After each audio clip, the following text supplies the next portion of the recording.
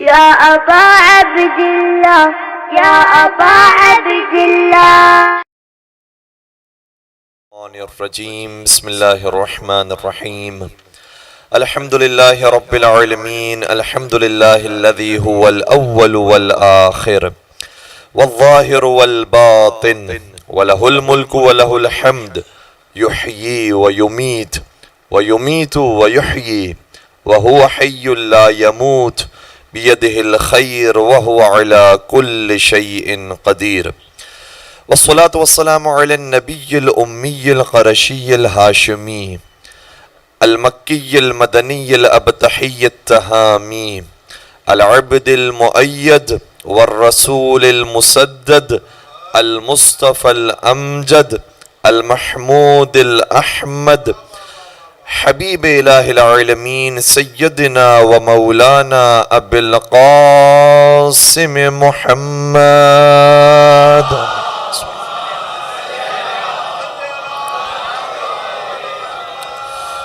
وعلى أهل بيته الطيبين الطاهرين المعصومين المظلومين الذين أذهب الله عنهم الرجس وطهرهم تطهيرا.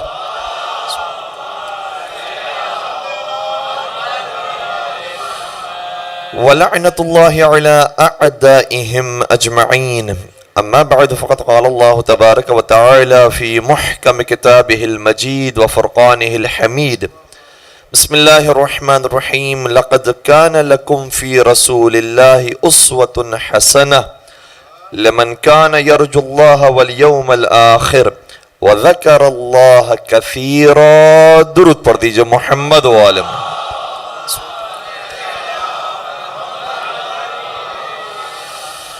اعزائے گرامی القدر، آج سفر المظفر کی آخری تاریخ ہے اور بعض روایات کے مطابق اور ایران اور عراق کے مومنین کے مطابق آج کی دعوت وہ ہے کہ ہمارے 8ویں سرکار حضرت امام علی رضا علیہ السلام کی شہادت کا دن ہے. تو مناسب یہ ہے کہ آج کے دن 8ویں سرکار کے موضوع پر گفتگو کی جائے. اور 8ویں سرکار کی زندگی بہت طولانی ہے، بہت بابرکت ہے، بہت سے پیغامات ان کی زندگی موجود ہیں. اور میں بات کا آغاز یہاں سے کروں گا کہ عہدہ امامت جتنے عرصے تک امام رضا کو نصیب ہوا ہے وہ ہے 20 سال. 20 سال کا عرصہ ایک بہت بڑا عرصہ ہوتا ہے کسی بھی امام کے لیے، کسی معصوم کے لیے تبلیغ کرنے کا. ورنہ خود امام حسین کی اگر ہم بات لیں تو صرف 10 سال مولا امام حسین کو تبلیغ کی فرصت ملی ہے اور عہدہ امامت سنبھالا ہے. اسی طریقے سے سرکار امام حسین مجتبیٰ کو بھی 10 سال کا عرصہ ملا تھا عہدہ امامت کے لیے. تو 8ویں سرکار کو 20 سال کا عرصہ نصیب ہوا. لیکن عجیب بات یہ ہے کہ 20 سال میں سے 17 یا 18 سال مولا نے مدینہ میں گزارے ہیں اور 2 سے 3 سال خراسان میں گزارے ہیں. لیکن جب ہم روایات کو دیکھتے ہیں تو خراسان کے موقع پر امام رضا کی روایات کتابوں میں زیادہ موجود ہے. مدینہ کے جو روایات ہیں جس میں زیادہ عرصہ گزارا ہے اس کی روایات کم موجود ہیں. اور اس سے ہمیں ایک پیغام ملتا ہے کہ دیکھیں امام اپنی روشنی دینا چاہتے ہیں، امام ہمیشہ اپنی روشنی پہنچانا چاہتے ہیں. وہ تو آفتاب ولایت رکھتے ہیں، اب لینے والے کے اوپر انحصار کرتا ہے. لینے والے اگر خراسان جیسے ہوں تو 3 سال کے عرصے میں 30 سال کا سفر طے کرتے ہیں. اور یہ ہے بہرحال جس کی جو اچھی بات ہے اس کو بیان کرنا چاہیے. صحیح ہے موجودہ حالات کے اندر بہت ساری باتیں ایسی ہیں کہ جو ہم نہیں کہتے کہ ہر چیز درست ہو رہی ہے یا ہر چیز ہر جگہ پر صحیح ہے، کوئی بھی معصوم نہیں ہے. لیکن ایک کوالٹی جو خراسان کے لوگوں کے اندر موجود ہے جسے ہم ایران بھی کہہ سکتے ہیں، وہاں کے اندر خصوصیت یہ ہے کہ وہاں کے لوگ علم دوست ہوتے ہیں. جہاں سے بھی علم حاصل ہو لینے کی کوشش کرتے ہیں. اور عجیب بات یہ ہے کہ برادران اہل سنت کی جو 6 کتابیں ہیں اور ہماری جو 4 مشہور کتابیں معتبر کتابیں ہیں، تمام کے تمام یہ 10 کے 10 مؤلفین وہ ہیں جو سب کے سب ایران سے ہیں. اہل سنت مؤلفین بھی اور اہل تشیع مؤلفین بھی. اب نام دیکھیے امام بخاری، بخاری صاحب کا تعلق کہاں سے ہے؟ بخارا شہر سے تعلق ہے. البتہ میں اس ایران کی بات کر رہا ہوں جو پرانے زمانے کا ایران تھا، جو امام رضا کے دور کا ایران تھا، جس کو ایران بزرگ کہا جاتا ہے.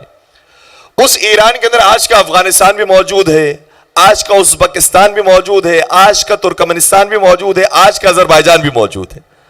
ٹھیک ہے، تو اس ایران کی اگر بات کی جائے تو اسی ایران سے تعلق ہے امام بخاری کا بھی، اسی ایران سے تعلق ہے امام مسلم کا بھی، کیونکہ ان کا پورا نام ہے مسلم نیشاپوری. اور نیشاپور کہاں پر ہے؟ ایران میں ہے. پھر آگے چلیے، ابو داؤد، ان کا پورا نام ہے ابو داؤد سجستانی.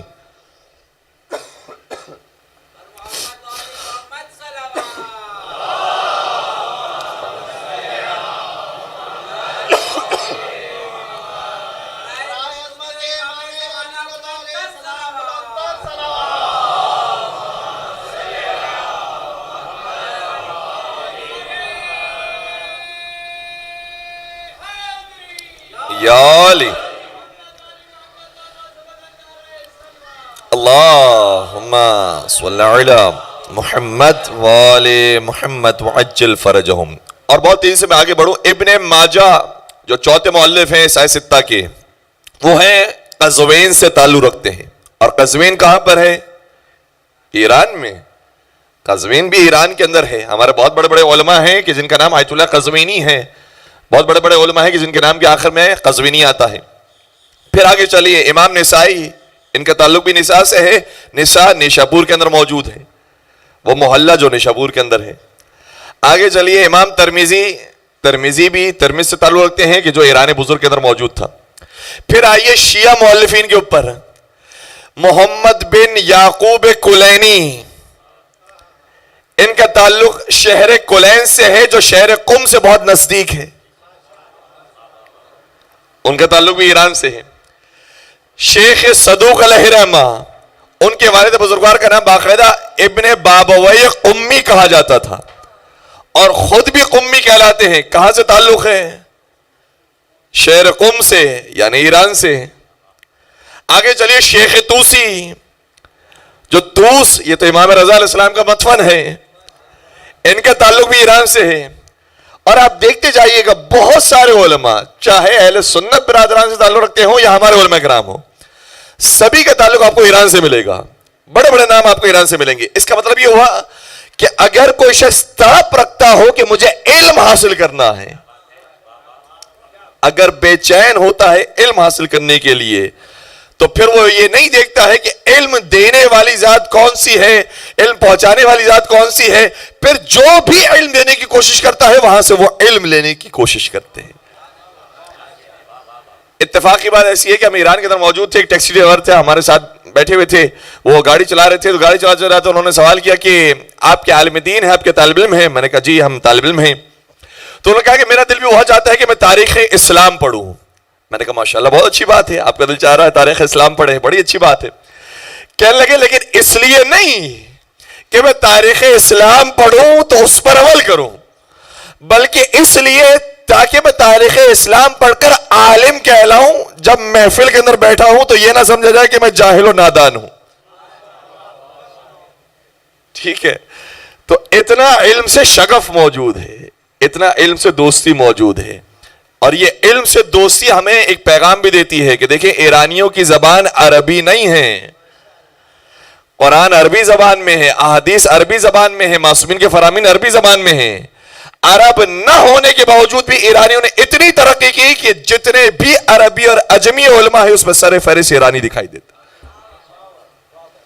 تو پھر کیا ہمارے لیے پیغام نہیں ہے کہ صحیح ہے ہماری زبان عربی نہ ہو، لیکن ہم اتنے بڑے عالم ہوں کہ اپنے ہر فیلڈ کے اندر ہم ملا کہلائیں، ہم مجتہد کہلائیں کہ لوگ ہماری طرف رجوع کریں.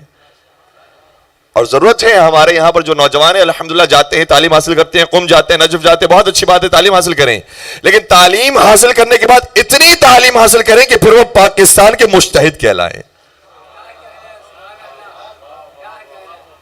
کیوں ہم احساس کمتری کا شکار رہے ہیں؟ کیوں ہمارے یہاں ملک پر مجتہدین موجود نہیں ہیں؟ کیوں ہمارے یہاں مراجعین موجود نہیں ہیں؟ اور خود عوام کا مزاج بھی ہونا چاہیے کہ کوئی بڑا عالم دین اس مقام سے آتا ہے تو اس کی ویسی ہی قدر و منزلت ہو کہ جیسے ایک بڑے مجتہد کی ہوتی ہے.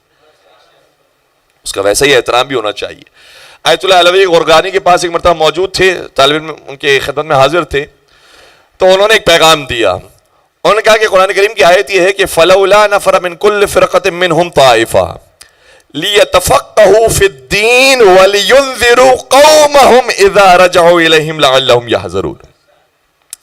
قرآن یہ کہہ رہا ہے کہ تم میں سے ایک گروہ کیوں نہیں نکلتا کہ جو مرکز علم کی طرف جا اور وہاں سے علم دین حاصل کرے. ٹھیک ہے.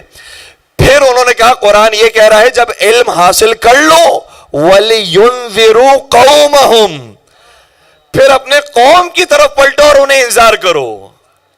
توجہ رکھیے گا کہ قرآن تو یہ کہہ رہا ہے کہ قوم کی طرف پلٹو اور انہیں جا کر انذار کرو, اور تم سب کے سب قوم کی بجائے قوم میں موجود ہو. کہا قوم میں نہیں, قوم میں جا کر انذار کرو. اور کہا کہ یہ پیغام قرآن کریم کا اتنا آفاقی پیغام ہے کہ ہر ایک کی ہم میں سے ذمہ داری بنتی ہے کہ جو بھی جا رہا ہے مرکز کی طرف علم حاصل کرتا ہے, اچھی بات ہے, نجف جاتے ہیں, قوم جاتے ہیں, وہاں پر اعلیٰ تعلیم حاصل کرتے ہیں, لیکن وہاں پر اعلیٰ تعلیم حاصل کرنے کے بعد ذمہ داری یہ بنتی ہے کہ پلٹ کر اپنے قوم کی طرف آئیں تاکہ انہیں انذار کر سکیں. درود پڑھ دیجئے محمد و آل محمد. اللہم صلی علی محمد. اب امام رضا کا سفر شروع ہوتا ہے مدینہ سے خراسان کی طرف, جہاں پر طالبان علم موجود ہیں, اور واقعاً ایسے طالبان علم موجود ہیں کہ جن کا کوئی مسلک ہو, کوئی فرقہ ہو, لیکن وہ علم چاہتے ہیں. اس لیے جب امام کی سواری نیشاپور کے مقام پر داخل ہوئی تو نیشاپور کے اندر یہ نہ سمجھیے گا کہ وہاں پر شیعہ علماء موجود ہیں.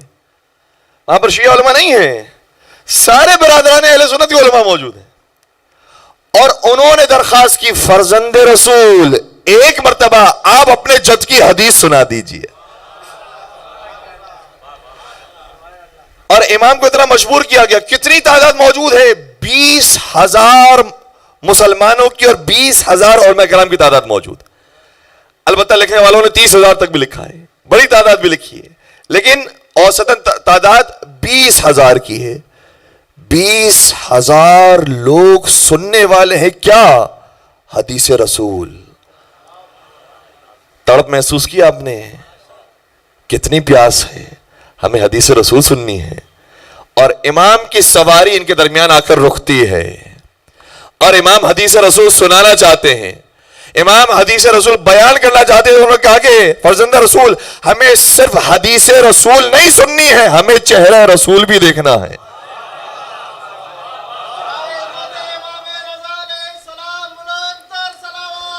اللہم صلی علی. ہمیں اپنے چہرے کی بھی زیارت کروائی ہے. امام نے پردہ ہٹایا, اپنے چہرے کی زیارت کروائی, اور پھر حدیث بیان کرنا شروع کی. تم حدیث رسول سننا چاہتے تھو, میں حدیث رسول سے بڑھ کر تمہیں حدیث سناتا ہوں. وہ حدیث کیا ہے؟ کہا کہ میں نے اپنے بابا امام کاظم سے, انہوں نے اپنے بابا امام صادق سے, انہوں نے اپنے بابا امام باقر سے, انہوں نے اپنے بابا امام سجاد سے, انہوں نے اپنے بابا امام حسین سے, انہوں نے اپنے بابا مولا علی سے, اور انہوں نے رسول خدا سے, اور رسول خدا نے جبرائیل امی سے.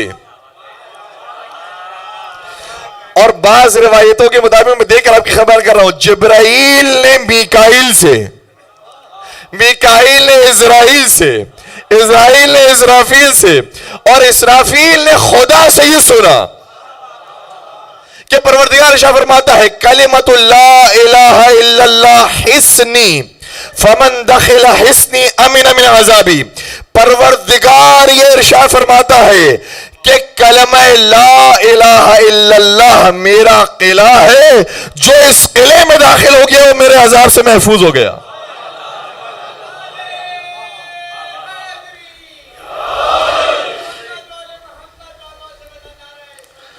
اللہم صلی علی محمد وآل محمد وعجل فرجہم. لکھنے والوں نے یہ حدیث لکھی, اور جب یہاں تک بات لکھ لی کہ کلمہ لا الہ الا اللہ, توحید کا کلمہ وہ ہے کہ جو اللہ کا قلعہ ہے, جو اس قلعے میں چلا گیا وہ عذاب سے محفوظ ہو گیا. امام کی سواری آگے بڑھی, اور مجھے نہیں معلوم کہ خود آگے بڑھائی یا لوگوں نے دھکا دیا, کہ کہیں ایسا نہ ہو کہ اور بھی راز امامت کھلنا شروع ہو جائے, اور بھی باتیں لوگوں کے سامنے آنا شروع ہو جائیں. اس نے شاید دھکا دیا, لیکن مولا کی سواری آگے بڑھی تھی کہ دوبارہ سواری کو روکا گیا, اور پھر پردہ امامت ہٹا اور امام نے حدیث کو مکمل کیا. فرمایا صحیح ہے کہ توحید کے قلعے میں جو داخل ہو گیا وہ عذاب خدا سے محفوظ ہو گیا, لیکن توحید کے قلعے کے لیے کچھ شرط و شرائط بھی ہیں. بشرطها وشروطها وانا من شروطها, توحید کی شرائط میں سے ایک اہم ترین شرط میں امام رضا کی امامت بھی ہے.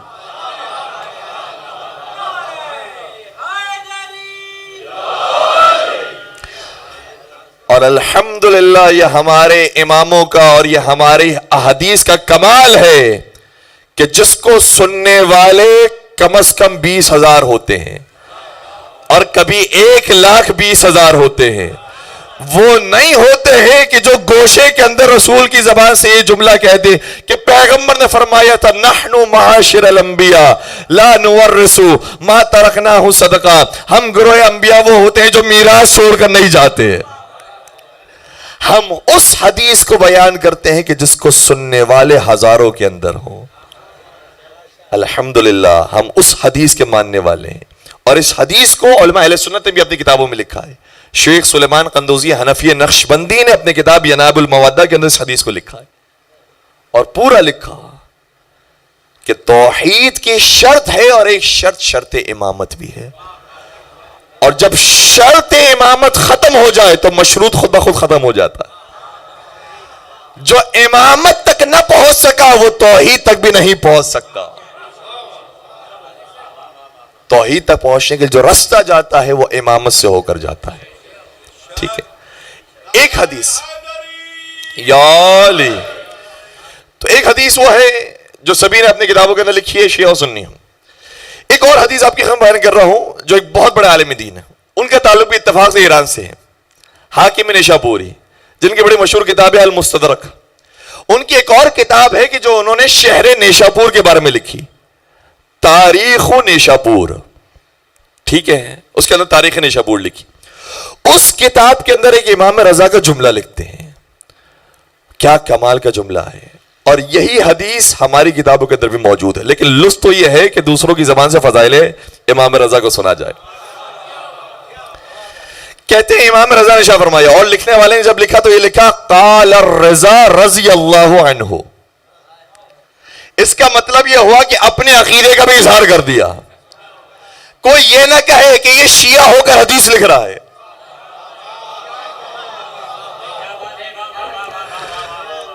حدیث لکھنے والے نے اپنے عقیدے کا بھی اظہار کر دیا. قال الرضا رضی اللہ عنہ. امام رضا شاہ فرماتے ہیں, کہتے ہیں کہ جو شخص من زارنی علی بعد داری, جو شخص میری شہادت کے بعد میری قبر کی دور سے زیارت پر آئے گا, اتیتہ یوم القیامت فی 3 مواطن, تو قیامت کے میدان میں 3 مقامات پر اس کی مدد کو آؤں گا. حتی اخلصہ, یہاں تک کہ میں اسے نجات عطا کر دوں گا تمام پریشانیوں سے. کون کون سے مقامات ہیں, وہ سارے مقامات بیان کیے. کہا کہ ایک مرتبہ جب ہاتھوں میں نام اعمال دیا جائے گا اس وقت امام رضا تشریف لائیں گے. دوسرا موقع جب پولے صراط سے انسان گزر رہا ہوگا, امام رضا تشریف لائیں گے. تیسرا موقع جب نامہ اعمال کو وزن کیا جا رہا ہوگا, میزان کے وقت امام رضا مدد کو آئیں گے. مجھے بتاؤ امام رضا کے علاوہ کون سی ایسی ہستی ہے جس نے کہا ہو جو میری زیارت پر آئے گا میں قیامت میں اس کو نجات دلانے کے لیے آؤں گا.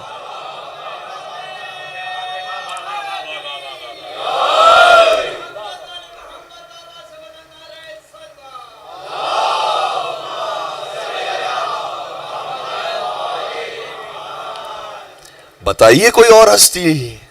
بڑے بڑے جل و قدر لوگ گزرے ہیں, لیکن کسی صحابی میں بھی یہ جرت نہیں ہوئی کہ جب کہہ سکے کہ میرے مرنے کے بعد کوئی اگر میری قبر کی زیارت پر آتا ہے تو میں ضمانت لیتا ہوں.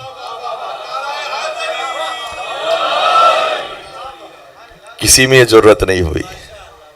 اور اگر کوئی یہ کہتا ہے خدا نخواستہ کہ بھئی انہوں نے کہہ دیا, ہمیں کیا معلوم کہ ہوگا یا نہیں ہوگا, تو مجھے کہنے دیجئے کہ یہ جملہ اتنا مضبوط جملہ ہے جو کوئی نہیں کہہ سکتا سوائے یہ کہ وہ 4 حالتوں سے خالی نہ ہو.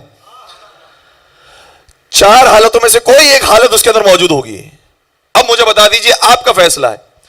خدا نہ خواستہ جو یہ کہنے والا اتنی بڑی بات کہ جو میری قبر کی زیارت کرنے کے لیے آئے گا میں قیامت کے میدان میں اسے نجات دوں گا, یا تو نعوذ باللہ وہ جھوٹ بول رہا ہے. ٹھیک ہے, جھوٹ بولنے والا ہے. لیکن عجیب بات یہ ہے کہ اگر ایسا خدا نہ خاصا جھوٹ بولنے والا ہوتا تو نیشاپور میں 20,000 کا لشکر کیوں آتا حدیث سننے کے لیے؟ 20,000 علماء کی موجودگی بتا رہی ہے یہ اتنا صادق ہے, جو کہتا ہے صحیح کہتا ہے. اس لیے یہ ممکن نہیں ہے. دوسری صورت, اگر خدا نہ خواستہ مجھے معاف کیجئے گا میں صورتیں بیان کر رہا ہوں, اگر کوئی دیوانہ ہو وہ یہ کہہ کر چلا جائے تو بات سمجھ میں آتی ہے کہ اس نے غلطی میں بات کہہ دی. لیکن جب رسول صادق فرما رہے تھے کہ قلم و دوات میرے لیے لے کر آؤ تو کہنے والے تھے ان الرجل لا یحجر, یہ ہزیان کہہ رہا ہے. پیغمبر منگواتے رہے قلم و دوات اور تم تلانے والے نہیں تھے. یہ اتنا عقل مند ہے کہ یہ مانگتا نہیں ہے قلم و دوات, لیکن خود علماء قلم و دوات لے کر آتے ہیں.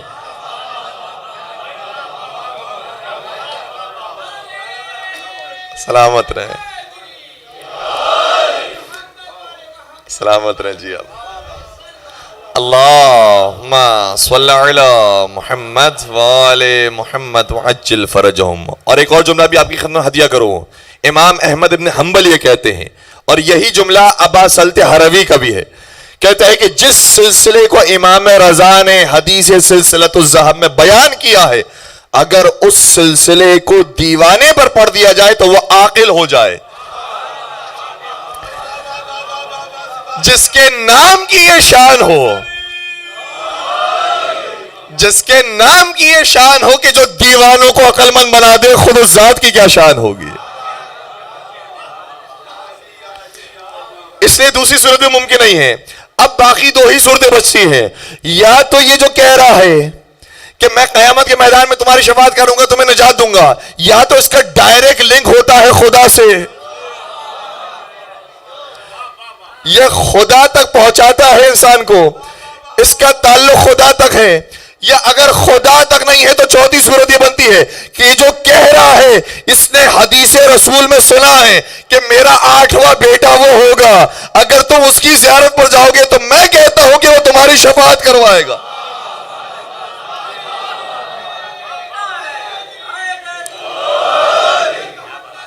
سلامت رہیں.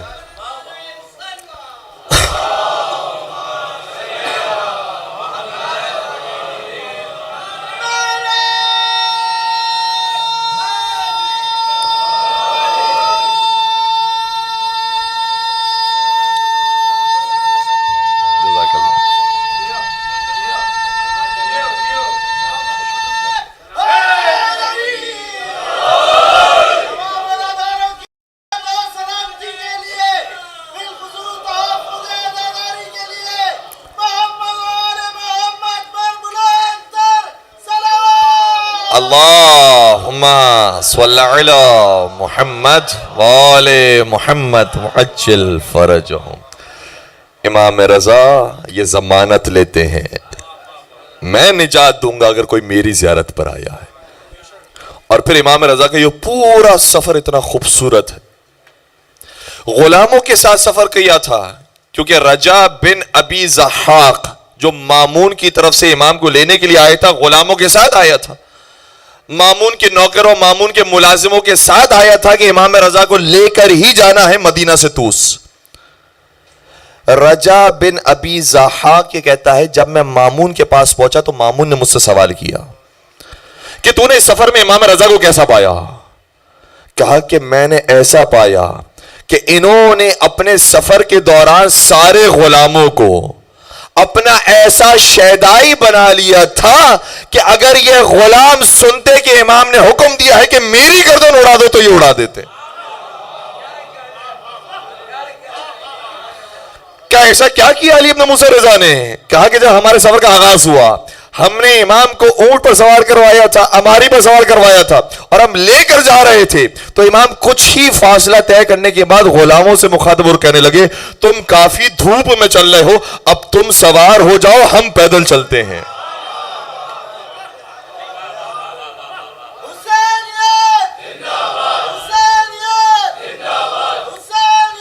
زندہ باد, مردہ آباد, یا علی یا علی یا علی مدد حق حیدر, یا علی یا علی. اللہم صلی علی محمد وآل محمد وعجل فرجہم. اور باقاعدہ غلاموں کو اصرار کیا کہ اب تم سوار ہو, ہم پیدل چلیں گے, اور یہ کہہ کر سوار کروایا کہ ہم بیٹھ بیٹھ کر تھک گئے ہیں. کیا انداز ہے ائمہ کا, کتنے پیارے انداز سے احسان فرمایا کرتے تھے کہ احسان لینے والے کو احساس نہ ہو کہ وہ احسان لے رہا ہے. اور امام سوار ہوتے تھے, پھر کچھ دیر کے بعد کہتے تھے کہ مولا اب آپ سوار ہو جائیے, پھر امام اس کی بات مان کر امام سوار ہوتے تھے. اور اس طرح سے امام غلاموں کو سوار کرواتے کرواتے طوس تک لے کر آئے. جب یہ طوس سے چلے تھے تو مامون کے لوگ تھے, جب طوس میں واپس پلٹ کر آئے تو امام رضا کے لوگ ہو گئے.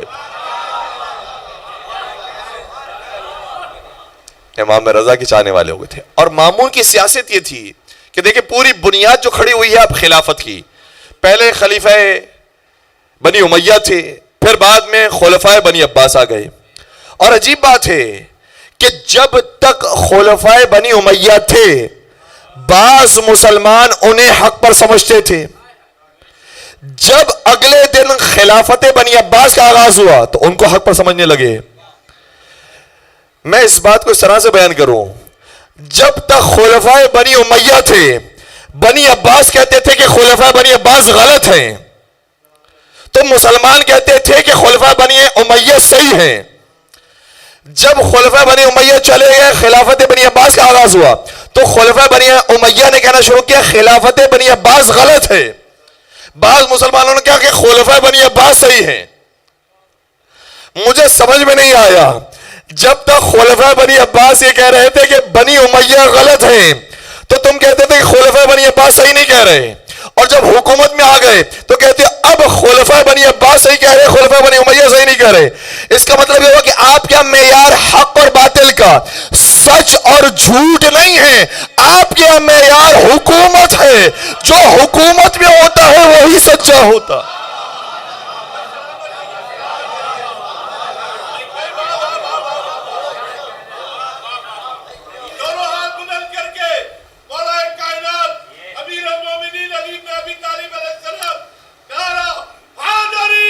یا علی یا علی, والا خوش رکھے, سلامت رہے. اللہم صلی علی محمد وآل محمد وعجل فرجہم. تو خلفائے بنی عباس کس نوعیت سے آئے تھے؟ کہنے لگے کہ ہم رسول اللہ کے خاندان سے ہیں, پیغمبر کے چچا عباس ہوتے ہیں, ہم ان کی اولاد ہے, بنی عباس ہیں, لہذا ہمیں حکومت ملنی چاہیے, اور ہمیں خاص پروٹوکول ملنا چاہیے کیونکہ ہم خاندان رسالت سے ہیں, ہمارا خاص احترام ہونا چاہیے, ہماری خاص عزت ہونی چاہیے کیونکہ ہم رسول کے چچا کی اولاد ہیں. جب یہ کہتے تھے اور لوگ ان کا احترام کرتے تھے, امام نے انہی کے محل میں آ کر وہ غلام اور وہ مسلمان جو ان کے احترام میں کھڑے ہوتے تھے کھانا نہیں کھاتے تھے جب تک یہ کھانا نہ کھا لیں, ہاتھ باندھ کے دستور کا انتظار کرتے تھے کہ یہ حکم فرمائیں گے تو ہم حکم پر عمل کریں گے. امام نے اسی دربار میں جب دسترخوان سجایا تو پہلے غلاموں سے فرمایا تم آ کر کھانا کھا لو, ہم بعد میں کھانا کھائیں گے.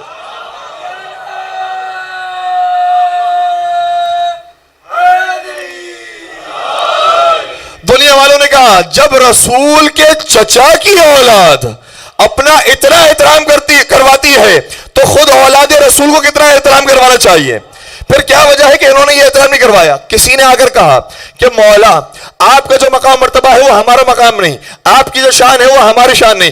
امام نے کتنا خوبصورت جواب دیا، فرمایا میں اپنے اور تمہارے ماں باپ کے اندر فرق نہیں دیکھتا، میرے اور تمہارے ماں باپ آدم بھی ہیں اور حوا بھی ہیں، ہم سب انہی کی نسل سے ہیں۔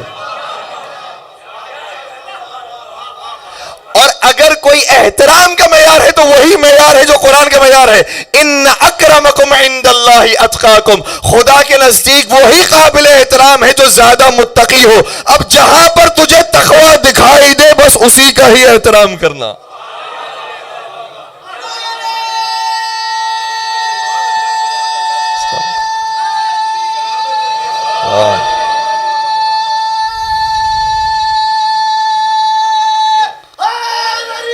یا علی کیا اللہم صلی علی محمد وآل محمد وعجل فرجہم۔ کتنی خوبصورتی کے ساتھ مامون الرشید کی سیاست کی ستونوں اور بنیادوں کو ہلا دیا امام رضا نے، اور جس مقصد کے لیے اس نے بلایا تھا کچھ ہی عرصے کے اندر سمجھ گیا کہ میں اپنے مقصد میں ناکام ہو گیا، اس لیے زہر دینے پر مجبور ہوتا ہے۔ امام رضا جب تشریف لائے اس سے محفل سجائی۔ کل میں ایک حصے کو بیان کر چکا کہ امام نے پہلے ارشاد فرمایا تھا کہ خلافت تو مجھے دے نہیں سکتا، کیونکہ اگر خدا نے تجھے دی ہے تو جو چیز خدا نے تجھے دی ہے وہ مجھے نہیں دے سکتا، اور اگر خدا نے تجھے خلافت دی ہی نہیں تھی تو کون ہوتا ہے جو کسی کو خلافت دے جبکہ تیرے پاس ہی موجود نہیں۔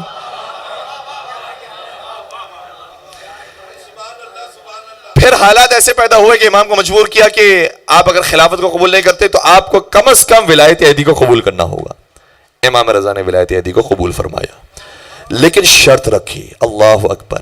امام حسن نے کل کے دن بیان کیا تھا میں نے، امام حسن نے جب صلح فرمائی تھی تب شرائط رکھی تھی۔ امام رضا نے ولایت عہدی کو قبول کیا تب شرائط رکھی۔ اور یاد رکھیے گا شرائط رکھی جاتی ہے تو دنیاوی عہدوں کے لیے رکھی جاتی ہے، جو الہی عہدے ہوتے ہیں اس میں کوئی شرط نہیں رکھی جاتی۔ تو امام نے یہ دنیاوی عہدہ قبول فرمایا، یہاں پر شرائط رکھی، اور اس میں سے ایک اہم ترین شرط یہ تھی کہ میں نہ کسی کو منسوب کروں گا نہ کسی کو معزول کروں گا، میرا کوئی تعلق نہیں ہوگا۔ وہ تو بڑا خوش ہو گیا، اچھی بات ہے، آپ نہ کسی کو نکالیں گے نہ کسی کو داخل کریں گے، ہماری مرضی ہوگی، ہم جس کو نصب کرنا چاہے نصب کریں گے، جس کو معزول کرنا چاہے معزول کریں گے۔ لیکن امام رضا نے ایسا منصوبہ اختیار کیا کہ دنیا سمجھ گئی کہ حکومت مامون رشید میں جتنی خرابیاں ہو رہی ہیں وہ مامون کے منصوب اور معزول کرنے کی وجہ سے ہو رہی ہے، امام رضا کی وجہ سے نہیں ہو رہی۔ امام رضا کو کوئی تعلق ہی نہیں ہے۔ تو امام رضا نے ولایت عہدی کو قبول فرمایا۔ اب تاریخ کا جملہ یہ ہے، مامون رشید نے ایک عالی شان محفل سجائی کہ سب کو بلایا جائے اور سب ہمارے ہاتھ پر بیعت کریں۔ 3 افراد تھے جن کو کھڑا کیا گیا کہ ان کے ہاتھ پر بیعت کرنی ہے۔ سب سے پہلا مامون رشید، کہا کہ ان کو خلیفہ مسلمین مانتے ہوئے لوگ آ کر بیعت کریں۔ دوسرے امام رضا، کہا یہ میرے ولی عہد ہیں، ان کے ہاتھ پر بھی بیعت کی جائے۔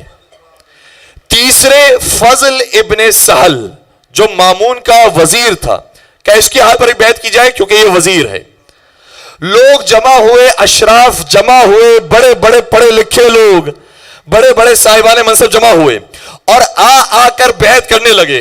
توجہ رکھیے گا، میرے ہاتھ کی طرف دیکھیے گا۔ جب لوگ آ کر بیعت کرنے لگے تو اس طرح سے بیعت کرتے کرتے جا رہے تھے، اس طرح سے بیعت کرتے کرتے جا رہے تھے۔ ایک شخص ان میں ایسا آیا جو امام رضا کے قریب پہنچا تو اس نے اس طرح سے بیعت کرنے کے بجائے اس طرح سے بیعت کی۔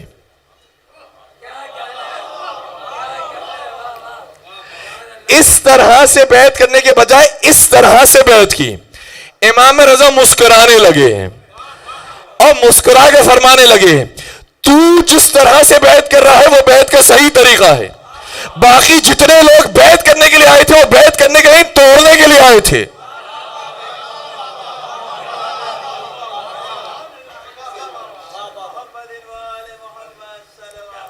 اللہم صلی علی محمد وآل محمد وعجل فرجہم۔ امام رضا کے اس جملے کی وجہ سے چی میں گویا ہونے لگی کیا مطلب؟ اب تک جتنے لوگ یہ بیعت کر کے جا رہے تھے یہ بیعت نہیں کر رہے تھے، بیعت توڑ رہے تھے. مامون نے کھڑا کیا سب کو کہ جتنے لوگ اب تک بیعت کر کے گئے تھے دوبارہ آئے، دوبارہ بیعت کریں، اور جس طرح سے امام رضا فرما رہے ہیں اس طرح سے بیعت کریں. اب بیعت کریں تو اس طرح سے اپنا ہاتھ دیں، اور اس طرح سے ہاتھ دینے کے بعد بیعت کریں. لوگ سارے جمع ہوئے اور ہر ایک نے مامون کے ہاتھ پر بھی اس طرح سے بیعت کی، امام رضا کے ہاتھ پر بھی اس طرح سے بیعت کی، فضل ابن سہل کے ہاتھ پر بھی اس طرح سے بیعت کی. لیکن بیعت کرتے کرتے جب جا رہے تھے تو ایک جملہ کہتے ہوئے جانے لگے، وہ شخص خلافت کا حقدار کیسے ہو سکتا ہے جس کو یہی نہ معلوم ہو کہ بیعت لی کیسے جاتی ہے، بیعت توڑی کیسے جاتی ہے.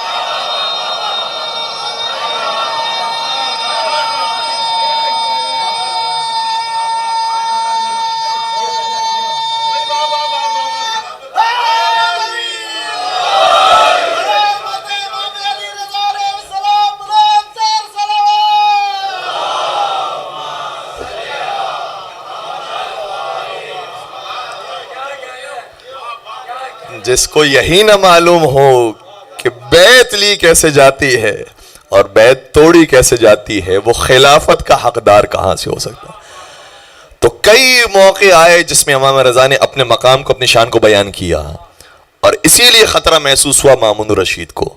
اور یہ جملہ بھی علماء اہل سنت نے کتابوں کے اندر لکھا ہے، حاکم نیشابوری نے بھی لکھا ہے، ابن حبان نے بھی لکھا ہے، اور انہوں نے لفظ استعمال کیا ہے استشہد بسناباد. امام رضا کو شہید کیا گیا ہے سناباد پر. سناباد یعنی آج کا مشہد. اور یہ ہمارے معصومین کی زندگی اتنی خوبصورت ہے، جس بھی جگہ کا نام ان کی شہادت اور ان کے مزار سے پہلے کچھ اور رہا ہو، ان کی مزار بننے کے بعد نام کچھ اور ہو جاتا ہے. کوئی نجف کو جانتا نہیں تھا، مولا علی کی وہاں پر قبر مطہر آئی تو آج نجف اشرف ہو گیا. کوئی نینوا کو جانتا نہیں تھا، مولا حسین کی وہاں آمد ہوئی تو آج کربلا معلی ہو گیا. کوئی مشہد مقدس کو جانتا نہیں تھا، لوگ سناباد کہتے تھے، لوگ سرخس کہتے تھے، لوگ توس کہتے تھے، لیکن اب ہر ایک کی زبان پر مشہد مقدس کا نام ہے. اور یہ اتنی عظیم زیارت ہے. دیکھیں جب ہم زیارتیں پڑھ رہے ہوتے ہیں، مولا حسین کی زیارت پڑھتے ہیں، کیونکہ بہت زیادہ روایات مولا امام حسین کی زیارت کے بارے میں آئی، اتنی زیادہ روایات آئی ہیں، آپ کوئی بھی موقع اٹھا لیجئے، چاہے خوشی کا ہو چاہے غم کا، مولا امام حسین کی زیارت ضرور ملے گی. عاشور کے دن کی زیارت ہے، اربعین کے دن کی زیارت ہے، پھر شبائے قدر کے اندر پھر زیارت ہے، عید کی رات کی پھر زیارت ہے. محسوس کر رہے ہیں؟ 15 شعبان کی زیارت، 15 رجب کی زیارت. آپ کو خوشی اور غم میں ہر جگہ پر امام حسین کی زیارت ملے گی. اس لیے بزرگوں نے سکھایا ہے کہ نماز پڑھنے کے بعد سب سے پہلا سلام امام حسین کی خدمت پیش کرو. ٹھیک ہے؟ اس کے بعد بزرگوں نے یہ سنت دی ہے، یہ بھی بہت ہوشیاری سمجھداری کے ساتھ دی ہے، کہ پھر مولا امام حسین کی زیارت پڑھنے کے بعد امام رضا کی زیارت پڑھو. کیوں زیارت پڑھی جائے امام رضا کی؟ کیونکہ امام رضا کی زیارت کے فضائل بھی اتنے ہی حد تک بیان ہوئے ہیں جتنے امام حسین کے فضائل بیان، بہت زیادہ فضائل ہیں. حتیٰ اگر روایات کو دیکھا جائے تو آیت اللہ خوئی جیسے مرجع سے جب سوال ہوا کہ آپ یہ بتائیے امام حسین کی زیارت کا ثواب زیادہ ہے یا امام رضا کی زیارت کا ثواب زیادہ ہے، تو اس مرجع عالی قدر نے یہ جملہ ارشاد فرمایا کہ روایات کو دیکھنے سے یہ اندازہ ہوتا ہے کہ شاید امام رضا کی زیارت سب سے افضل ہو. اتنی عظیم زیارت ہے امام رضا کی. اور ہم سب سے پہلا جملہ کیا کہتے ہیں؟ السلام علیکہ یا غریب الغرباء. غریب کا مطلب کیا ہے عربی زبان میں؟ غریب فقیر کو نہیں کہا جاتا، غریب کہا جاتا ہے پردیسی کو. اے پردیسیوں میں سب سے بڑے پردیسی، آپ پر ہمارا سلام ہو. یہ کیوں کہا جاتا ہے؟ امام حسین بھی پردیسی تھے، مولا علی بھی پردیسی تھے، امام کاظمین بھی پردیسی تھے، امام عین سامرہ بھی پردیسی تھے. پھر امام رضا کو کیوں پردیسی کہا جاتا ہے اور سب سے زیادہ پردیسی کیوں کہا جاتا ہے؟ اس لیے کیونکہ مشہد کا فاصلہ جتنا مدینہ سے دور ہے اتنا دور کربلا نہیں ہے، اتنی دور نجف نہیں ہے، اتنا دور کاظمین نہیں ہے، اتنا دور سامرہ نہیں ہے، جتنا دور مشہد ہے، اتنے دور. اور ایک روایت آپ کی خدمت بیان کروں. 9 امام حضرت امام محمد تقی علیہ السلام کی خدمت میں ایک شخص آیا،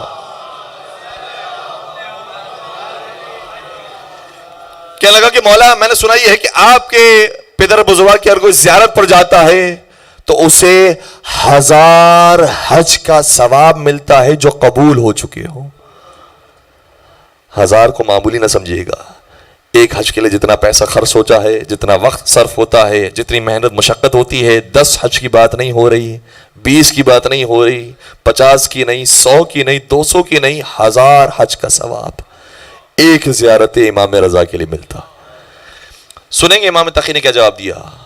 امام تقی فرمانے لگی ہاں یہ تو نے روایت جو سنی ہے وہ صحیح سنی ہے لیکن ادھوری سنی ہے. جس کو 1000 مقبولہ حج کا ثواب ملتا ہے یہ اس کو ملتا ہے جو میرے بابا کی معرفت کے بغیر زیارت پر جائے, اور جو معرفت کے ساتھ زیارت پر جاتا ہے اسے 1000 حج کا ثواب ملتا ہے. اسے 1000 حج کا ثواب ملتا ہے جو معرفت کے ساتھ جائے. معرفت کے درجات ہیں یقیناً, لیکن جو حد اقل درجہ ہے جو معصومین کی روایت کے اندر بیان ہوا ہے وہ یہ ہے, سب سے پہلے جب امام رضا کی زیارت پر جائے تو انہیں امام سمجھ کر جائے. وہ امام ہیں, ہم معموم ہیں. وہ حکم دینے والے ہیں, ہم حکم لینے والے ہیں. دوسری چیز, انہیں مفترض الطاعت کہا جائے, یعنی ان کی اطاعت ہم پر واجب ہے, وہ جو کہیں اس پر عمل کرنا ضروری ہے. تیسری چیز, امام رضا کو غریب سمجھ کر جاؤ, پردیسی ہے. اور چوتھی چیز, معرفت کے ساتھ زیارت کرنا چاہتے ہو تو انہیں شہید مان کر زیارت پر جاؤ. انہیں شہید کیا گیا. اور بہت سارے واقعات ہیں, میں کس کس واقعے کا ذکر کروں. ایک واقعہ جو خود آیت اللہ وحید خراسانی نے اپنے درس میں بیان کیا ہے, میں آپ کی وہ گوش گزار کر رہا ہوں. کہتے ہیں کہ آیت اللہ حبیب اللہ گل پیگانی امام رضا کی زیارت پر جایا کرتے تھے. اور کیسے زائر تھے؟ ایسے زائر تھے کہ جس زمانے میں حرم کے دروازے رات میں بند ہو جایا کرتے تھے, اس زمانے میں بھی فجر کی آذان سے پہلے دروازے کے پاس آ کر کھڑے ہو جاتے تھے اور انتظار کرتے رہتے تھے کہ جب دروازہ کھولے گا تو میرا نام سب سے پہلے زائر میں لکھا جائے. کا 40 سال تک انہوں نے اس طرح سے مولا رضا کی زیارت کی, اور ہر زیارت سے پہلے نماز شب پڑھا کرتے تھے. کہا کہ جب اس طرح سے زیارت کرتے رہے تو ایک مرتبہ ان کی طبیعت ناساز ہوئی, اور اتنی ناساز ہو گئے, اتنے بیمار ہو گئے. ویسے تو بیمار ہوتے رہتے تھے, لیکن جب بیمار ہوتے تھے مولا رضا کے روزے پر جایا کرتے تھے زیارت ترکنے کی. لیکن ایک مرتبہ اتنے شدید علیل ہو گئے کہ اٹھنے کی طاقت نہیں رہی, اور 1 ہفتہ گزر گیا امام رضا کی زیارت نہیں کی.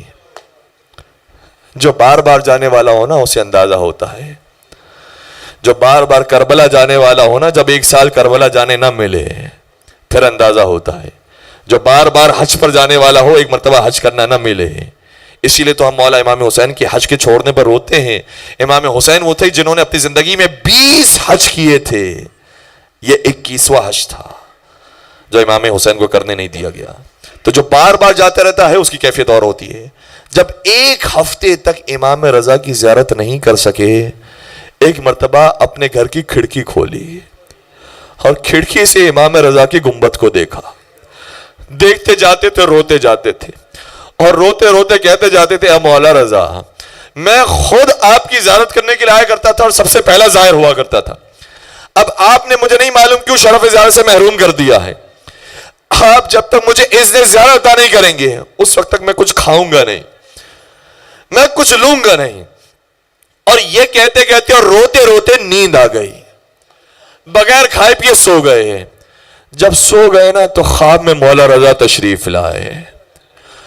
مولا رضا نے کہا کہ ہم تجھے شفا دیں گے تاکہ تو ہماری زیارت پر آ سک. اور امام رضا کو انہوں نے اس حالت کے اندر دیکھا کہ امام رضا ممبر پر موجود تھے, ان کے 2 خادم موجود تھے. امام رضا نے ایک گلاب کا پھول اٹھایا اور وہ پھول اپنے خادم کے حوالے کیا. اپنے خادم سے کہا کہ جاؤ آیت اللہ حبیب اللہ گل پیگانی کو جا کر یہ پھول دے دو. آیت اللہ حبیب اللہ گل پیگانی اس پھول کو لینے کے بعد اسے سونگتے ہیں اور خواب میں محسوس کرتے ہیں کہ انہیں شفا مل گئی. جیسے خواب ختم ہوا, اپنی آنکھیں کھولی تو ہاتھوں میں پھول دیکھا.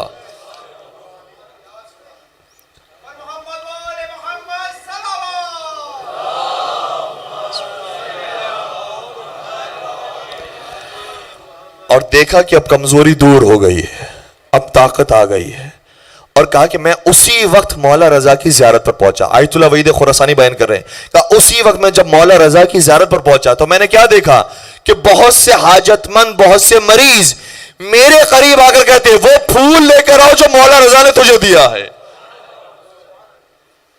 مجھے سمجھ میں آ گیا, پھول تو میرے ہاتھوں میں آیا ہے, لیکن یہ بول دنیا جہاں میں پھیل گیا ہے کہ اب جس کو شفا چاہیے وہ اس پھول سے صدقہ حاصل کرے, اس کو شفا مل جائے گی. آیت اللہ حبیب اللہ گلپیگانی کہتے ہیں کہ جس کو میں نے وہ پھول مس کیا ہر ایک کو شفا مل گئی. یہاں تک کہ وہ پھول جب ختم ہو گیا خدا نے میرے ہاتھ میں وہ تاثیر رکھی. میں اپنا ہاتھ پھر مریض پر ملا کرتا تھا تو مریض کو شفا مل جاتی تھی. آیت اللہ وحید خراسانی جنہوں نے خود ان سے یہ جملے سنے تھے, انہوں نے کہا کہ تو نے تو خواب میں خادم کے ہاتھ سے پھول لیا تھا, اگر خود امام رضا تجھے پھول دیتے تو پھر تیری کیا حالت ہوتی. کیا لگا خدا کی قسم اگر امام رضا کا ہاتھ میرے ہاتھ پر مس ہو جاتا تو خدا کی قسم میں مردوں پر ہاتھ رکھتا تو وہ زندے ہو جاتے. اے مولا رضا آپ کے در سے کوئی خالی ہاتھ نہیں لوٹتا. اے مولا رضا سب سے پہلی درخواست تو یہ ہے کہ آپ اپنی زیارت کا ہمیں اذن عطا فرمائیے, بار بار توفیق زیارت عطا فرمائیے. بہت دن ہو گئے یہاں پر مومنین انتظار کر رہے ہیں کب انہیں زیارت نصیب ہوگا.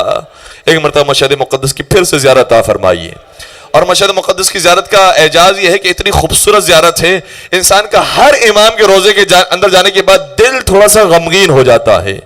مولا امام حسین کے روزے پر پہنچتا ہے, قتل گاہ دیکھتا ہے, دل غمگین ہو جاتا ہے. باقی ائمہ کے روزے پر دل غمگین ہو جاتا ہے, لیکن جب مولا رضا کے حرم کو دیکھتا ہے, مولا رضا کے حرم کی وسعت کو دیکھتا ہے تو دل خوش ہوتا ہے. اے مولا رضا حرم ہو اماموں کا تو ایسا حرم ہو, شان ہو اماموں کی تو ایسی شان ہو.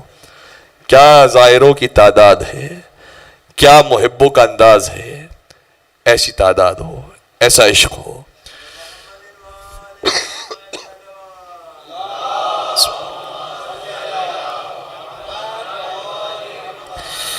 دامن وقت میں واقعی گنجائش نہیں, مجھے بہت سی باتیں بیان کرنی تھی. بس ایک اور بات کا میں ذکر کروں گا کہ امام رضا کی جو یہ زیارت پر جاتے ہیں, دنیا کے اندر تو اپنے فائدے موجود ہیں, اس کا آخرت میں کیا فائدہ ہے.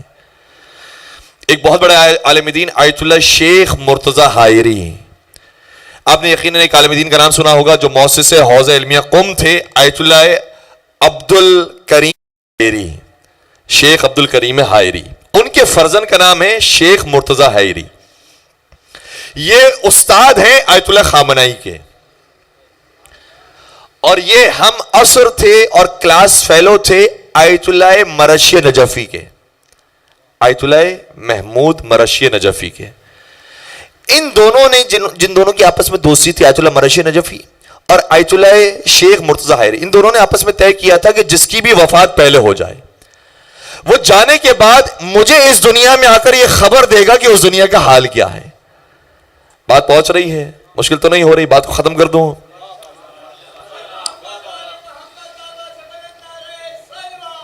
اللہم صلی علی محمد وعلی. کہتے ہیں آیت اللہ شیخ مرتضی حائری یہی بہت زیادہ عاشق تھے امام رضا کے, بہت زیادہ مشہد میں جایا کرتے تھے. ویسے قم میں رہتے تھے لیکن جیسے ہی انہیں فرصت ملتی تھی مشہد میں جانے کی فوراً سے مشہد پہنچ جایا کرتے تھے. اور یہ دیکھا بھی نہیں کرتے تھے کہ میرے لیے سیٹ آرام دہ ہو, سواری آرام دہ ہو, تب میں جاؤں گا مولا رضا کی زیارت پر. آج کل تو جانے والوں کی بھی ایک عجیب و غریب انداز ہے, ہمیں کوئی 5 اسٹار ہوٹل ملے, بہترین مینیو ہو, بوفے سسٹم ہو, تب ہم جائیں گے مولا امام حسین کی زیارت پر. کس حسین کی زیارت پر جا رہے ہیں جو غربت میں مار ڈالا گیا, جو پیاسا مار ڈالا گیا, جو بھوکا مار ڈالا گیا, اس کی زیارت پر جاتے ہوئے یہ سارے نخرے اور یہ سارے انتظامات. تو امام رضا کی جب زیارت پر جایا کرتے تھے جیسے ہی انہیں ملتی تھی سواری فوراً سے پہنچ جایا کرتے, اور جب جاتے تھے تو وہاں پر بھی کوئی ادب احترام اور اپنا کوئی خاص پروٹوکول نہیں. وہاں جانے کے بعد باقاعدہ اپنی ابا کو اتار کر امام رضا کے حرم پر جھاڑو دیا کرتے تھے, جھاڑو دیا کرتے تھے. جانتے تھے کہ مولا رضا کے حرم میں آئے ہوئے ہیں, یہ شاہ خراسان نہیں, شاہ کائنات ہے, اس کے حرم میں آئے ہوئے ہیں. اور جب کسی سے نام مشہد کو سن لیتے تھے صرف مشہد کا نام سن کر آنکھوں میں آنسو آ جاتے تھے. بڑی امام رضا سے عقیدت تھی, جایا کرتے تھے بہت دفعہ. ایک مرتبہ جب امام رضا کی زیارت پر گئے تو اپنے ذہن میں سوچا کہ مجھے دنیا میں کسی چیز کو نہیں دیکھنا, نہ مجھے تعداد سے مطلب ہے کہ کتنے لوگ آئے ہوئے ہیں کتنے نہیں آئے ہوئے ہیں, ان کا کیا انداز ہے کیا انداز نہیں ہے, مجھے نہ ان در و دیوار کو دیکھنا ہے نہ مجھے خادمین کو دیکھنا ہے. میری پوری توجہ اب اس زیارت کے اندر امام رضا کی طرف ہونی چاہیے, اور ایسے ہی زیارت ہونی چاہیے. ہمیں دوسروں کی پرواہ نہ ہو, مولا حسین کی زیارت پر جا رہے ہیں, پوری توجہ مولا امام حسین کی طرف. کہ جب میں گھر سے باہر نکلا مولا رضا کی زیارت پر پوری توجہ کے ساتھ جا رہا تھا, اچانک سے ایک میرا دوست مجھ سے ملنے کے لیے آیا, اور جب وہ مجھ سے ملنے کے لیے آیا تو چونکہ میں نے ارادہ کر لیا تھا کہ میں صرف امام رضا کی تصور کے ساتھ جاؤں گا, لہذا جلدی سے میں نے اسے سلام دعا کی اور جا کر میں نے اسے خداحافظ کہہ دیا اور میں آگے بڑھ گیا. اسے بھی بڑا عجیب محسوس ہوا کہ یہ کیا بات ہے, میں اتنا پرانا دوست, اتنا جگری یار, اتنا گلے لگا رہا ہوں, اتنا احترام دے رہا ہوں, اتنی محبت دے رہا ہوں, یہ اپنے انداز میں آگے بڑھے جا رہے ہیں, یہ کیا بات ہوئی. لیکن خیر انہوں نے کچھ جملہ نہیں کہا, کوئی بات نہیں کی, دور ہو گئے اور ان کو جانے دیا. جب یہ حرم کے دروازے پر پہنچے تو کہتے ہیں کہ دروازے پر ایک ایسا شخص موجود تھا جو میری نگاہ میں بہت معتبر تھا, بہت بڑا عالم تھا, بہت بڑا عارف تھا. اس نے مجھے آ کر یہ جملہ کہا اور بغیر تکلف کے میرا نام لے کر کہا کہ شیخ مرتضی, امام رضا نے کہا ہے کہ اب ہمارے مزار پر نہیں آنا, اب ہماری قبر پر نہیں آنا. آپ کی آنکھوں میں بھی آنسو آ گئے. جو اتنا عاشق ہو اس نے جب یہ جملہ سنا ہو کسی معتبر انسان سے کہ امام رضا نے فرمایا ہے اب ہماری قبر پر نہیں آنا, کیا ایسا محسوس ہوا کہ پیروں سے طاقت نکل گئی, زمین کھنچ گئی, میرے لیے دنیا تنگ ہو گئی. امام رضا نے کہا ہے کہ میری زیارت پر نہیں آنا. لیکن میں فوراً سمجھ گیا کہ مسئلہ کہاں پر خراب ہوا ہے. لگتا یہ ہے کہ جس سے میں نے ابھی ملاقات کی تھی میں نے اچھے طریقے سے اس کے ادب احترام کا خیال نہیں رکھا. شاید لگتا ہے مولانا رضا کو یہ بات بری لگ گئی. کیوں؟ کیونکہ ایک مرتبہ علی ابن یختین نے ایک مومن کا خیال نہیں رکھا تھا, تو امام کاظم کو یہ بات بری محسوس ہوئی تھی. فوراً سے میں لوٹا اور لوٹتا لوٹتا اس کے گھر کا پتہ معلوم کیا. مجھے نہیں معلوم تھا وہ کہاں رہتا ہے, بڑی مشکل سے اس کے گھر کا پتہ معلوم کیا. اس کے گھر پر پہنچا اور گھر پر پہنچنے کے بعد میں نے کہا کہ میں بہت معذرت چاہتا ہوں اگر آپ کو برا محسوس ہوا ہو. کہا کہ ہاں مجھے برا تو محسوس ہوا, لیکن میں نے کہا کہ ہر ایک زائر آتا ہے ایک اپنے خاص انداز میں آتا ہے, آپ بھی شاید اپنے خاص ماحول کے اندر گئے ہوں گے زیارت کرنے کے لیے, مجھے کوئی اس سے برا محسوس نہیں ہوا, میں نے معاف کیا. آپ یہاں پر آ گئے, مجھے اس کی خوشی محسوس ہوئی, میں نے آپ کو معاف کر دیا. ان سے اچھی طریقے سے معافی لینے کے بعد اب حرم رضا میں دوبارہ داخل ہوئے, لیکن اندر جانے کی ضرورت نہیں ہو رہی. امام رضا نے ایک مرتبہ کہا تھا ہمارے پاس نہیں آنا, کہیں ایسا نہ میں دوبارہ جاؤ. امام رضا فرمایا اب بھی نہیں آنا. کہ میں حرم کا طواف کرتا رہا, حرم کے گرد گھومتا رہا. اے مولا رضا کوئی ایک ایسا اشارہ مل جائے کہ میں حرم میں آ جاؤں. کہ میرا جب پورا طواف مکمل ہو گیا تو مجھے وہی عارف نظر آیا اور اس نے کہا شیخ مرتضی, امام رضا نے کہا ہے اب جلدی سے آ جا, اب جلدی سے آ جا. خوشی کی انتہا نہیں رہی. دوڑتا دوڑتا امام رضا کی خدمت میں پہنچا, زیارت انجام دی. ایک شاگرد جو ان کے ساتھ تھے زیارتوں پر, کہتے ہیں کہ جب 70 مرتبہ ہمارے استاد نے زیارتیں کر لیں تو آخری موقع پر جو ان کی زیارت تھی بار بار امام رضا کے روزے کو دیکھتے تھے, بار بار اپنے ہوٹل کو دیکھتے تھے, پھر امام رضا کے روزے کو دیکھتے تھے, پھر اپنے گھر کو دیکھتے تھے. میں نے کہا کہ آج آپ کا انداز بڑا تبدیل محسوس ہو رہا ہے. کہا یہ میری آخری زیارت ہے. کہ خدا نہ کرے خدا آپ کو اور توفیق زیادہ عطا فرمائے. کہا نہیں, اب امام رضا نے فرما دیا ہے تم نے ہماری 70 مرتبہ زیارت کر لی ہے, اب ہم تمہاری زیارت پر آئیں گے. مجھے یقین ہو گیا میری موت کا وقت آ گیا ہے, یہ میری آخری زیارت ہے. بس عزیزو آخری زیارت کی, اور زیارت کرنے کے بعد چونکہ انہوں نے طے کیا تھا آیت اللہ مرش نجفی سے کہ اس دنیا کے حالات میں بیان کروں گا, ایک مرتبہ خواب میں آئے اور خواب میں آنے کے بعد یہ بیان کیا کہ جب میں قبر میں گیا تھا تو منکر اور منکیر میرے سامنے آئے. میں ان کو دیکھ کر گھبرا گیا, میں کیا انہیں جواب دوں, کچھ یاد نہیں آ رہا. جیسے ہی میری گھبراہٹ کا یہ عالم ہوا پیچھے سے ایک نور آیا, اس نے کہا گھبرا نہیں, گھبرا نہیں, تیری مشکل آسان ہو جائے گی تو گھبرا نہیں. اور جیسے اس کا جملہ یہ کہنا تھا گھبرا نہیں گھبرا نہیں, یہ جملہ کہتا جاتا تھا میری گھبراہٹ دور ہوتے جاتی تھی اور مجھے ایک توانائی حاصل ہوتے جاتی تھی. پھر منکر و نکیر نے مجھ سے سوالات کیا, میں نے آسانی سے سارے جوابات دیے. اور جب وہ ہستی قریب آ گئی تو میں نے سوال کیا, اے نورانی شخصیت آپ اپنا تعارف تو کروائے, آپ ہے کون؟ کہ تجھے نہیں معلوم, تو 70 مرتبہ ہمارے در پر آیا تھا, یہ پہلی مرتبہ ہے. ابھی ہم تیری مدد کرنے کے لیے آئے ہیں, 69 مرتبہ باقی ہے, تو پریشان نہ ہو. اے مولا رضا, پروردگار ہم سب کو مولا رضا کی زیارت کا اذن عطا فرمائے. پروردگار مولا رضا کی زیارت معرفت کے ساتھ عطا فرمائے. اے مولا رضا, آج زائرین کی بہت بڑی تعداد آپ کی زیارت کرنے کے لیے آتی ہے, لیکن ہائے مولا, جب آپ کی شہادت ہوئی تو نہ آپ کی بیٹیاں موجود تھی, نہ آپ کی بہنیں موجود تھی. آپ پر کوئی رونے والا نہیں تھا, آپ پر کوئی آنسو بہانے والا نہیں تھا. اور یہ بیٹیوں کی نعمت ایک بڑی نعمت ہوتی ہے. حضرت ابراہیم علیہ السلام نے باقاعدہ یہ دعا کی تھی, پروردگارا مجھے بیٹے تو دے دیے ہیں لیکن ایک بیٹی عطا فرما, اور وہ بیٹی ایسی ہو کہ جب میں اس دنیا سے چلا جاؤں تو وہ بیٹی مجھ پر گریا کرے. مجھے کوئی ایسی بیٹی دے جو مجھے یاد کرے. ہاں بیٹیاں ہوتی ہے جو باپ کو بہت یاد کرتی ہے. ایک مشہد کے سامنے ایک شخص آیا, کہا الحمدللہ مجھے کچھ بیٹوں کے بعد پروردگار نے بیٹی دی ہے.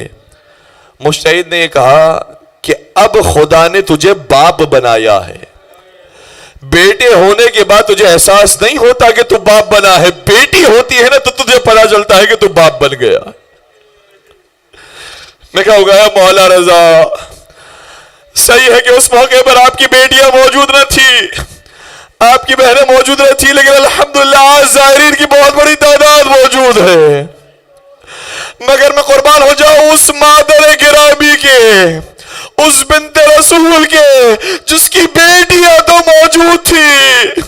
انہوں نے گریا تو کیا, لیکن باپ فرماتے رہے آہستہ گریا کرنا, بیٹی زینب بلند آواز سے گریا نہ کرنا. اور آج ان کے مزار پر زائروں کی تعداد بھی دکھائی نہیں دیتی. ایسے زائر جاتے ہیں زیارت کرنے کے لیے جیسے کسی قیدی سے ملاقات ہی کرنے کے لیے ملاقات. اجرکم علی اللہ, رونے میں بخل نہ کیجیے گا, بھرپور طریقے سے گریہ کیجیے گا. مولا رضا غریب الغربا کا واسطہ, مولا رضا کا پوسا پیش کرنا ہے. انشاءاللہ اس گریہ کے صدقے میں آپ سب کو مولا رضا کی زیارت نصیب ہو. اے مولا رضا, ایک بیٹی وہ تھی جو مدینہ میں موجود تھی, لیکن ایک بیٹی وہ تھی جو کربلا میں بھی موجود تھی. اچھا ہوتا کہ وہ بیٹی کربلا میں نہ ہوتی. کیوں؟ کیونکہ اگر وہ بیٹی نہ ہوتی تو کم از کم اس کے گوشوارے نہ چھینے جاتے, اس کے دامن کو آگ نہ لگائی جاتی, اس کو تماچے نہ مارے جاتے, اس کو تعزیہ. اجرکم علی اللہ, اجرکم اللہ. اے مولا رضا, آپ غریب الغربا, آپ کو بہت دور جا کر زہر دیا گیا, لیکن جب زہر دیا گیا تو مامون رشید اتنا گھبرایا ہوا تھا, خود اس سے جا کر ایک بندہ تلاش کیا جو قبیلے بنی ہاشم سے تھا, اور کہا جا کر تصدیق کر دینا اور سب کو اعلان کر دینا میں نے زہر نہیں دیا ہے, میں نے شہید نہیں کیا ہے, میرا کوئی قصور نہیں ہے, اور جا کر کہہ دینا کہ یہ تبھی موت اس دنیا سے رخصت ہوئے ہیں. میں کہوں گا اے مولا رضا, آپ غربت میں مارے گئے, مگر قاتل کو کم از کم اتنا احساس تھا کہ اس کا نام قاتلوں کی فہرست میں نہ لکھا جائے, اس کا کوئی قصور کو دنیا والے سمجھ نہ لے, اس کو نہ کہا جائے کہ اس نے شہید کیا ہے. لیکن کربلا میں ایک ایسا غریب کا لاشا بھی ہے جو شبر ملول سر تن سے جدا کرتا ہے اور کہہ مار کے بتاتا ہے میں قاتل حسین ہوں. نقارے بجنے لگتے ہیں, ڈھول بجنے لگتے ہیں, نواز رسول کو ہم نے مار دا. اجرکم اللہ، اجرکم اللہ۔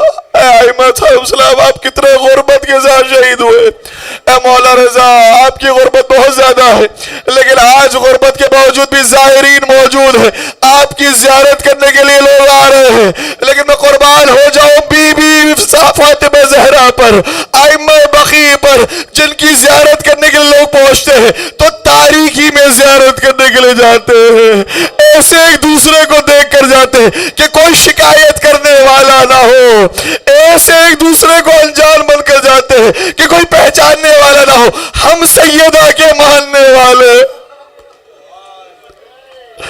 اجرکم اللہ، اجرکم اللہ۔ اے مولا رضا، مگر آپ کی شہادت کی اطلاع پہنچی، آپ کی بہن کو بڑا دکھ ہوا، وہ بہن برداشت نہ کر سکی، کچھ ہی دن زندہ رہی، قم میں جا کر ان کی وفات ہو گئی۔ لیکن ذرا سنیے گا، ایک اور بہن کا جگر کتنا مضبوط تھا، جس نے اپنے بھیا کے کٹے سر کو نوکے نیزہ پر دیکھا، بھیا کی پامال لاش کو دیکھا، اپنے گود کے بالوں کے سروں کو دیکھا، لیکن کسی نے کیا خوب کہا کہ شام غریبہ کے بعد زینب کبریٰ نہ رہی، زینب کبریٰ عباس علمدار بن گئی، جہاں جہاں جاتی تھی سب پہ سالار بن کے جاتی تھی، سارے کاروان کو سنبھالنے والی ہوتی تھی۔ اے شہزادی زینب کبریٰ، یہ بتائیے کہ آپ کو اس سفر کے اندر سب سے مشکل مرحلہ کون سا لگا؟ سنیے گا بس یہ جملہ اور مجھے اجازت دے دیجئے گا، آپ جانے اور بی بی زینب کبریٰ جانے۔ ایک جملہ ایسا ہے جو بی بی نے سفر کے اندر ارشاد فرمایا، جب سفر میں جا رہی تھی بی بی، اپنے بھیا کے کٹے سر کو نوکے نیزہ پر دیکھا، فرمانے لگی ما توہمت یا شقیق فؤادی قال ھذا مقدرا مکتوبا، اے میرے دل کے ٹکڑے، کبھی تیری بہن نے یہ سوچا بھی نہیں تھا کہ ایک مرتبہ تجھ سے ایسی بھی ملاقات ہوگی کہ ایک طرف تیرا کٹا ہوا سر چل رہا ہوگا، دوسری طرف میرا کھلا ہوا سر چل۔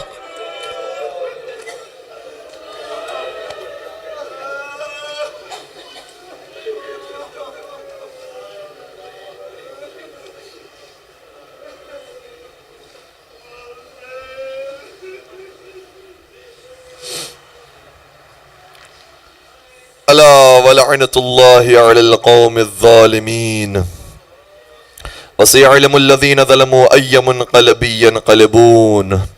پالنے والے ہمارے ان گنہگار آنکھوں سے جو آنسو جاری ہوئے انہیں رمال حضرت سیدہ کائنات میں جگہ عطا فرما، ان آنسوں کے صدقے میں ہمیں مشہد مقدس کی زیارت نصیب فرما، چاردہ معصومین کی زیارتوں سے مشرف فرما۔ پروردگار ان آنسوں کے صدقے میں ہم سب کا نام زوار امام حسین میں قرار دے۔ پروردگارہ اس دنیا کے بعد موت کی پہلی گھڑی مولا امام حسین کی زیارت ہم سب کو نصیب فرما، ہماری قبروں کو مولا رضا کے نور سے منور فرما۔ پروردگارہ فرش رضا پر آنے والے تمام مومن کی جائز شرعی حاجات کو پورا فرما۔ مولا رضا غریب الغربا کے صدقے میں پروردگار جو وطن سے باہر موجود ہیں انہیں خیر و عافیت کے ساتھ وطن میں لوٹنا نصیب فرما۔ پروردگارہ جو بے جرم اسیر ہے پروردگار انہیں رہائی نصیب فرما۔ پروردگارہ مولا رضا کے صدقے میں ان کی پاک خار گرامی کے صدقے میں بے اولاد مومن کو پروردگار اولاد صالحہ نصیب فرما۔ صاحبان اولاد کو اپنی اولاد کی اچھی تربیت کرنے کی توفیق عطا فرما۔ امام رضا کے صدقے میں بے روزگار مومن کو برسر روزگار فرما، جو برسر روزگار ان کے روزگار میں برکت و وسعت عطا فرما۔ پروردگار ہم سب کو مولا امام زمان کے لشکر کے سپاہیوں میں قرار دے اور ان کے ظہور پر نور میں تعجیل فرما۔ ربنا تقبل منا انك انت السميع العليم وتب علينا انك انت التواب الرحيم برحمتك يا ارحم الراحمين۔